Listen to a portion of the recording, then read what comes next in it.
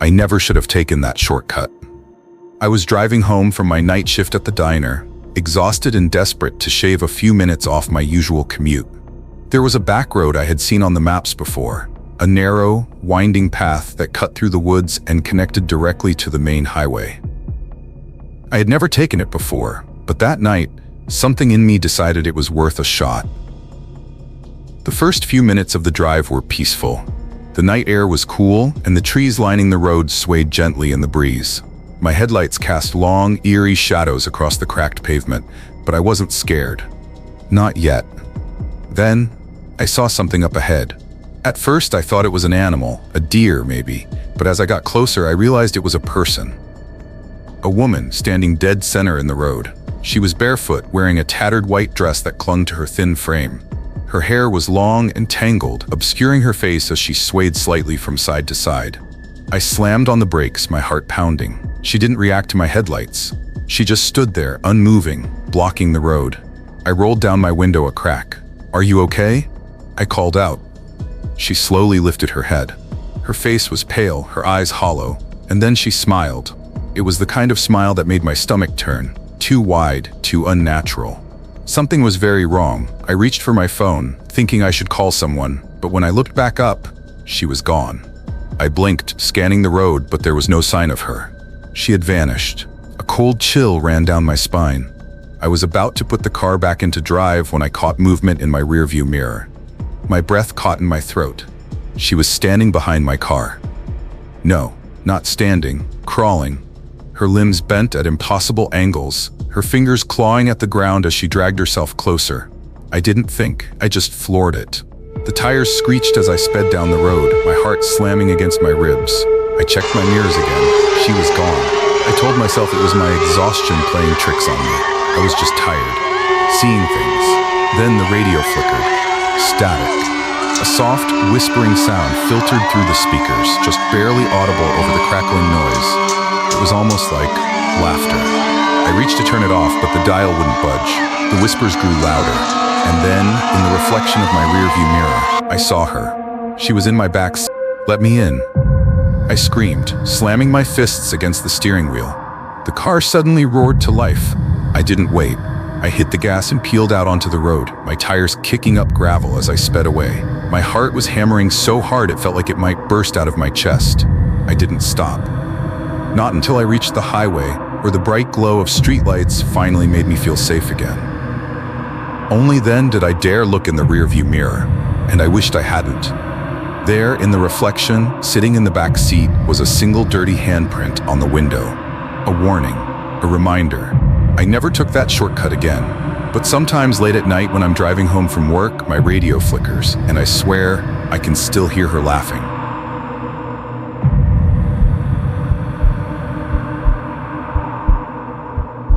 I've always been a night owl, but lately, I've been regretting it.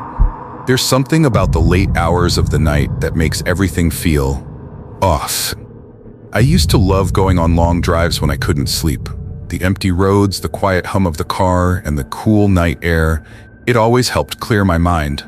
But after what happened last summer, I don't think I'll ever go on a late night drive again.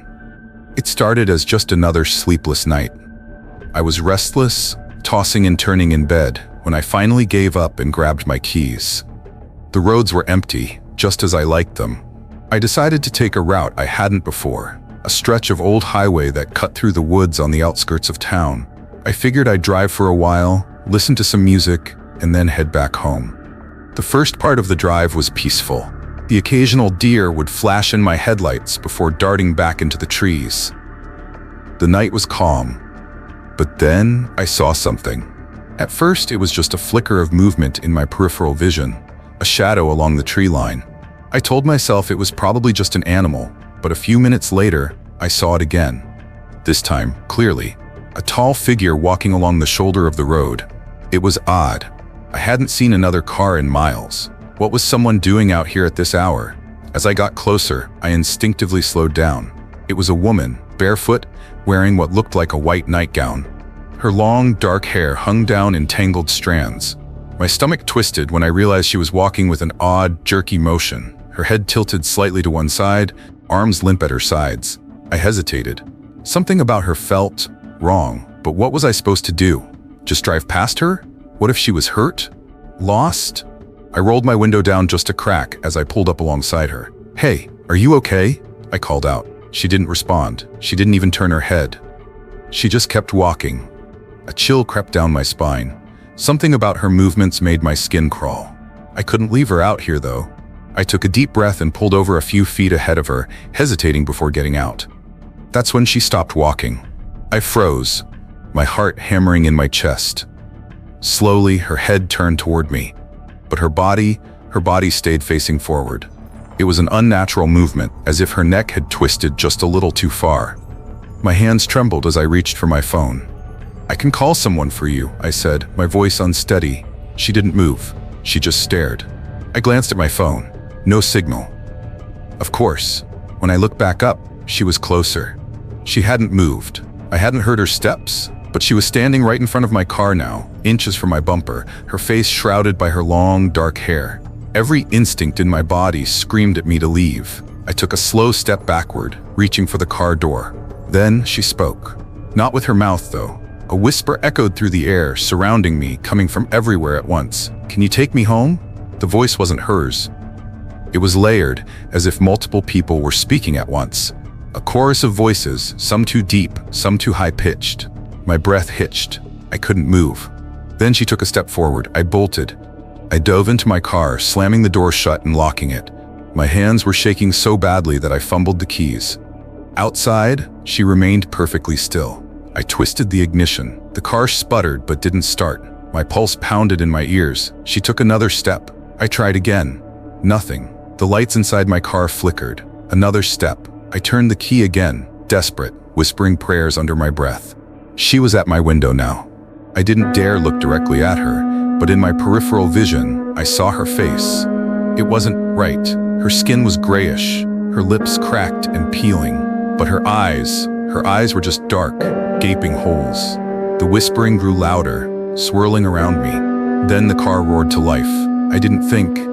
I just stomped on the gas. The car lurched forward, tires screeching against the pavement. I swerved back onto the road, gripping the wheel so tightly my knuckles turned white. I glanced in the rearview mirror. She was still standing there, but she wasn't facing me anymore. She was facing the woods, and then I saw them. Dozens of figures standing just beyond the tree line, barely visible in the darkness, watching. I didn't stop driving. I didn't look back again. When I finally got home, I ran inside, locked every door, and sat in the middle of my living room, too afraid to sleep. The next day, I checked the news, the internet, even asked around town, but there was nothing. No reports of a missing woman, no accidents on that road. I don't know what I saw that night. I don't know who or what she was. But I know one thing for sure. I'm never driving that road again.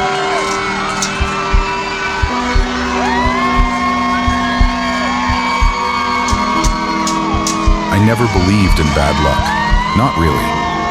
Superstition was never my thing, and I always chalked up strange events to coincidence. That was until last summer, when I spent a night at the abandoned house on Ridgeway Road.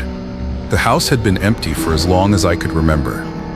It was an old Victorian-style mansion, sitting at the end of a long dirt road, just outside of town. Over the years, the place had gained a reputation. Stories spread. Whispers of people going missing, strange noises heard from the property at night, and the occasional sighting of a shadowy figure standing at the upstairs window. Most people just avoided it. I, on the other hand, was an idiot.